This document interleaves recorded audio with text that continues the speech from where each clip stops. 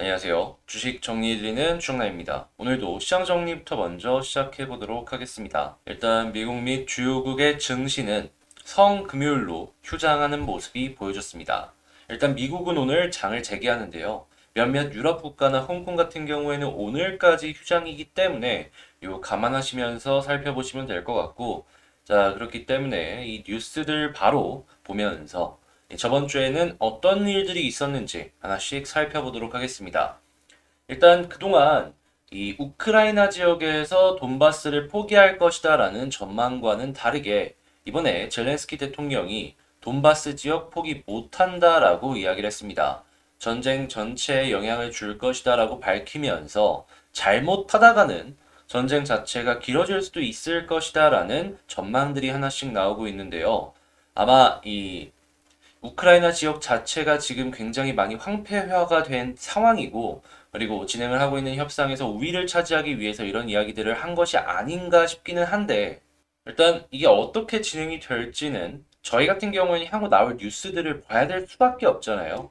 하다 보니까, 자, 요 뉴스 나왔다라는 거 감안하시면서 보시면 되겠고, 그 다음으로 EU 수장이 무기 신속 지급만이 우크라이나가 살아남을 방법이다라고 이야기를 하면서 지금 뭐 러시아 스베르방크 제재, 석유 금수를 검토하고 있다라고 이야기를 하죠. 지금 유럽 내 인플레도 굉장히 심각한 상황 속에서 러시아를 제재하기 위해서 이런 움직임을 보여주고 있다라고 생각이 드는데, 일단 서유럽 지역 같은 경우에는 어떻게든 천연가스가 필요한 상황이란 말이에요.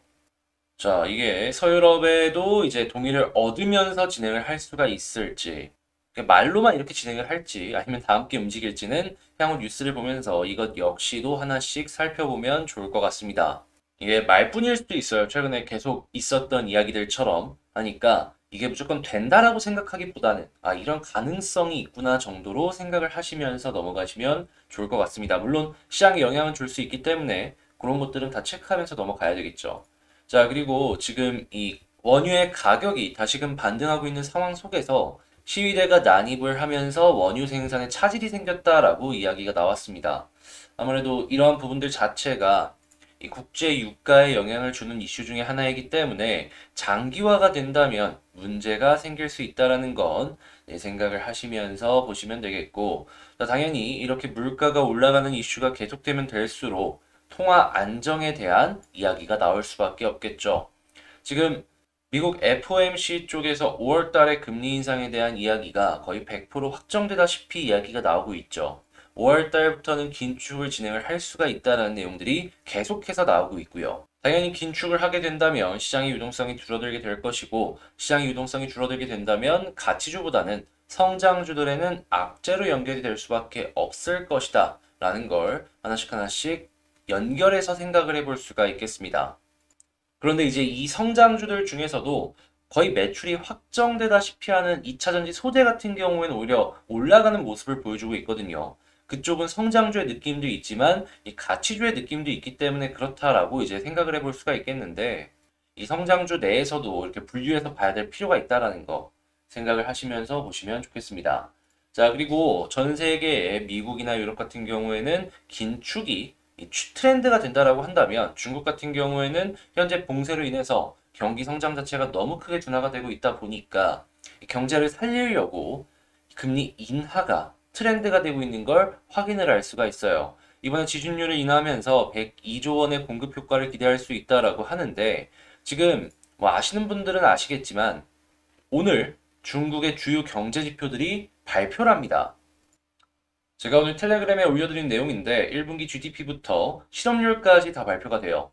근데 이제 지준율 인하가 선제적으로 진행이 됐다라는 건 봉쇄가 길어지는 요 타격을 미리 어느 정도 완화하기 위한 움직임이 아닌가. 우리는 요 부분을 생각을 하면서 볼 수 있고, 그리고 내일 모레였나요? 대출 금리 역시도 한 번의 조정이 더 있을 것이다라고 예상이 되고 있습니다.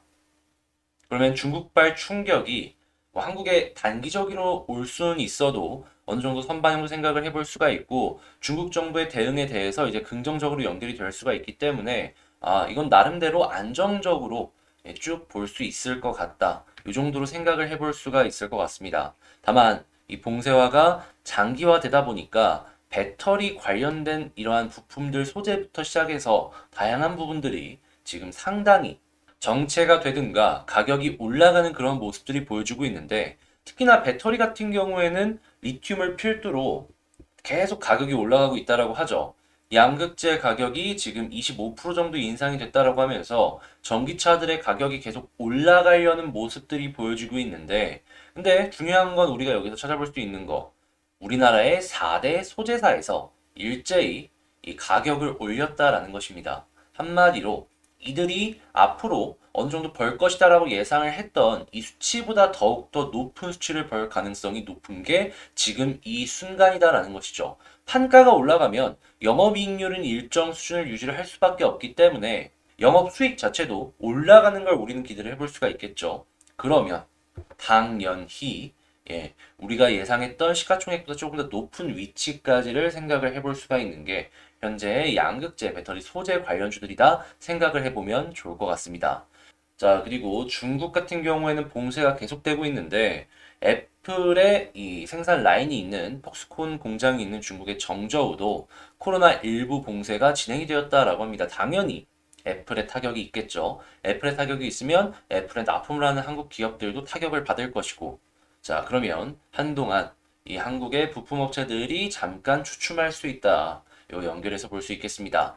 자, 그리고 최근에 IT 기업들의 이 직원들 몸값이 계속 올라가고 있어요. 4, 5% 인상은 옛말이고 10% 올리고도 직원 뺏길까봐 계속해서 눈치를 본다라고 하는 건데, 삼성전자도 올려준다라고 이야기를 하고 있죠. 당연히 이런 걸 봤을 때 제가 저번 주 주말에 다음 주 의심 섹터의 일자리를 말씀드렸는데, 그 중에 한 종목에 대해서 굉장히 강조를 해서 말씀을 드렸습니다. 왜냐하면 그 사이트를 이용하는 고객층의 대부분이 이 기술 특화직이다라고 이제 보여지고 있기 때문이다 라고 이제 말씀을 드리면서 이제 그걸 좀 강조를 했었는데, 이런 모습이 계속해서 보여지게 된다면 그 회사 같은 경우에는 다른 이 일자리 관련 회사들보다 더 이제 올라갈 가능성이 높을 것이다라는 걸 생각을 해볼 수가 있을 것 같습니다.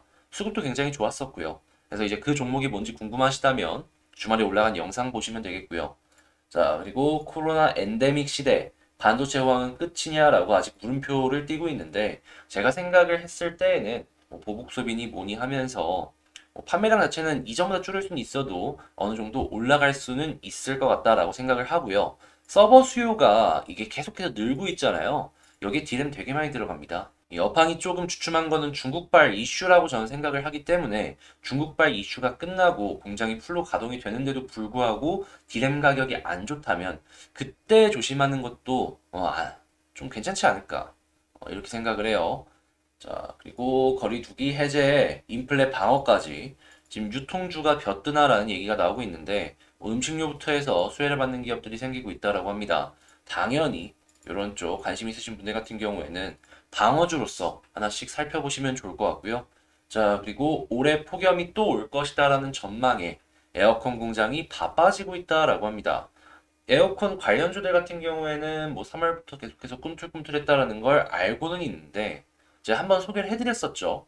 근데 이렇게 풀로 진행을 한다라고 하니까 관심 있으신 분들 같은 경우에는 6월달 막 더워지기 시작했을 때 제일 많이 올라가니까 뭐 그때까지 지금부터 한 달 반에서 2달 정도 보시면 되게 좋을 것 같습니다. 자, 이렇게 시장 정리 한번 싹 해봤는데 도움이 되었다라고 생각을 하시는 분들은 구독과 좋아요 한 번씩 부탁을 드리고, 방금 말씀을 드린 내용들 같은 경우에는 이 텔레그램 공부방을 통해서 여러분들께 먼저 소개를 해드렸다라는 거 보시면서, 나도 여기 와서 먼저 이렇게 보고 이 공부할 수 있는 내용들 계속 올라오는데 이런 공부 내용들 보고 싶다라고 생각하시는 분들은 제 채널 커뮤니티에 텔레그램 링크가 있으니까 그 링크를 통해서 입장을 해주시면 좋을 것 같습니다. 시장 정리도 한번 싹 해봤겠다. 개별 종목 한번 보도록 할게요. 자, 제가 이번에 가지고 온 종목은 LNF를 가지고 왔습니다. 최근에 LNF가 굉장히 상승하는 모습들을 보여줬는데 오늘은 조정의 모습이 나오고 있죠. 자, 하나씩 살펴보면서 현 상황을 어떻게 보면 좋을지 살펴보도록 하겠습니다. 일단 먼저 나와 있는 뉴스부터 살펴보자면요. 자, 전기차 핵심인 양극재 가격이 25% 인상이 될 것이다. 뭐 여기선 테슬라 가격이 얼마나 오를까라고 이야기를 하지만, 우리에게 중요한 건 양극재 가격, 그러니까 판가를 4대 소재사에서 일제히 상승을 시켰다라는 게 보다 더 중요한 내용이 되겠죠. 자, 그리고 실제로 판가를 올리게 된다면 우리는 당연히 영업이익률은 일정한 수준을 유지를 해줄 것이다라는 건 당연히 생각을 해볼 수가 있기 때문에 야, 영업이익 자체가 올라가겠구나라는 걸 생각을 해볼 수가 있겠죠. 그리고 판가가 올라갈 때는 빠르게 올라가겠지만 원재료율 떨어진다라고 해서 바로바로 떨어지겠습니까? 그냥 떨어질 땐 또 깃털처럼 천천히 떨어질 것 같은데 그럼 또 이렇게 원재료 떨어지게 되었을 때 영업이익률 올라가는 거 생각을 해볼 수도 있는 것이고요. 자, 그리고 여러분들께서 한 가지 더 생각을 해보시면 좋을 만한 내용이 뭐가 있냐면 생각을 한번 해봅시다. 아까도 그냥 간단하게 한번 말씀을 드렸던 건데 기본적으로 이 증권사들에서 현재 양극재나 여러 가지 배터리 소재 관련해서 목표가를 설정을 했을 때 한 2년에서 3년 뒤에 그냥 지금 이 정도 벌고 앞으로 이 정도 단가로 이 정도 벌겠다라고 생각을 하면서 목표 가격을 제시를 했던 거잖아요. 그죠? 근데 판매를 하는 양극재 가격 자체가 인상이 되고 앞으로 또 인상이 될 수 있습니다. 그러면 이들이 설정했던 목표가보다도 보다 더 높게 설정을 하고서 볼 수 있지 않겠습니까? 그리고 이제 사람들은 생각을 하겠죠. 이게 너무 비싸다 보니까 대체재를 찾아야 되는 것이 아니냐. 물론 대체재도 나올 겁니다. 근데 이들이 가만히 보고만 있겠습니까? 그리고 이 배터리 소재 같은 경우에는 쇼티지, 그러니까 공급 부족이 계속해서 이야기를 나올 수밖에 없어요.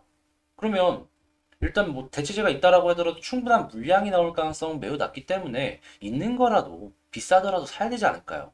하면은 LF 같은 경우에는 판매에 대해서는 그렇게까지 크게 걱정할 필요가 없다. 이렇게 연결을 해서 생각을 해볼 수가 있는 겁니다.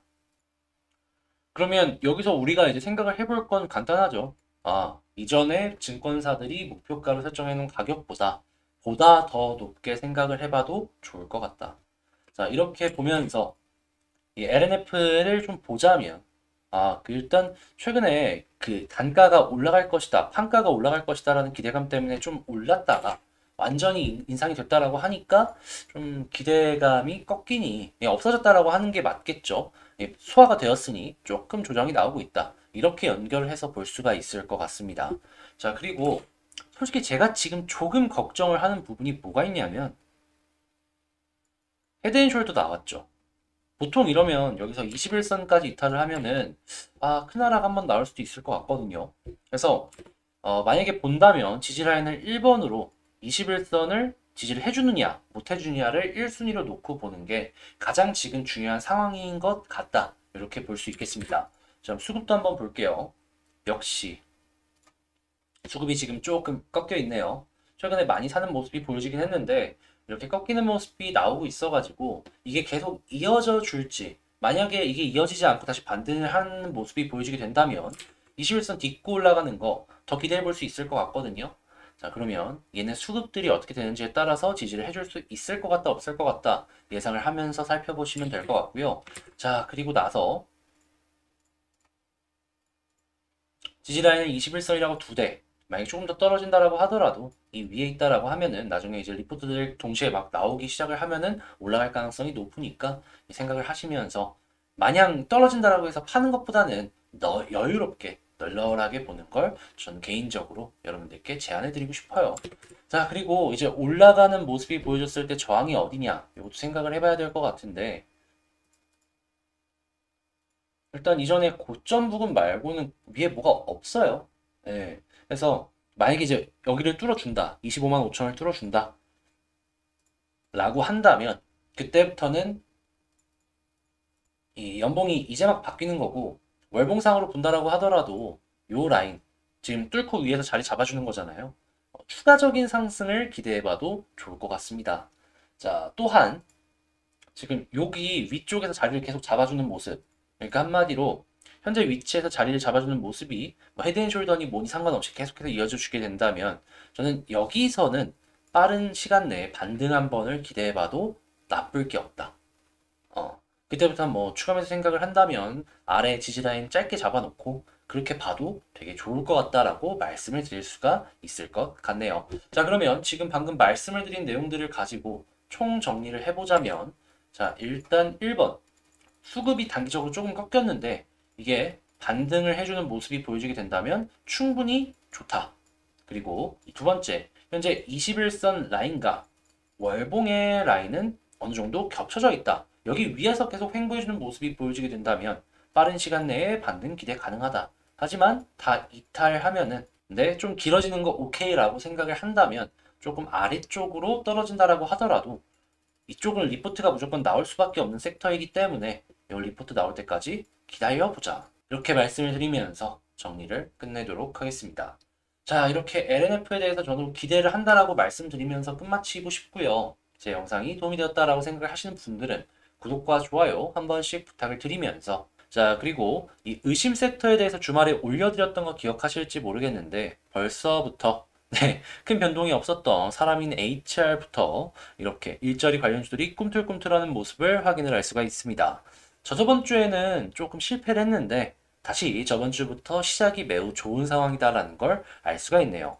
자, 그리고 멤버십 역시도 저번 주 이제 일요일부터 이제 일주일에 주간에 두 번씩 다음 주 의심 섹터를 이 토요일 날 올리는 거랑 마찬가지로 좀 다른 쪽으로 해서 이제 올릴 예정인데 제가 테스나를 일요일 날 올려드렸거든요. 아, 바로 그때 급등이 시작이 되었습니다.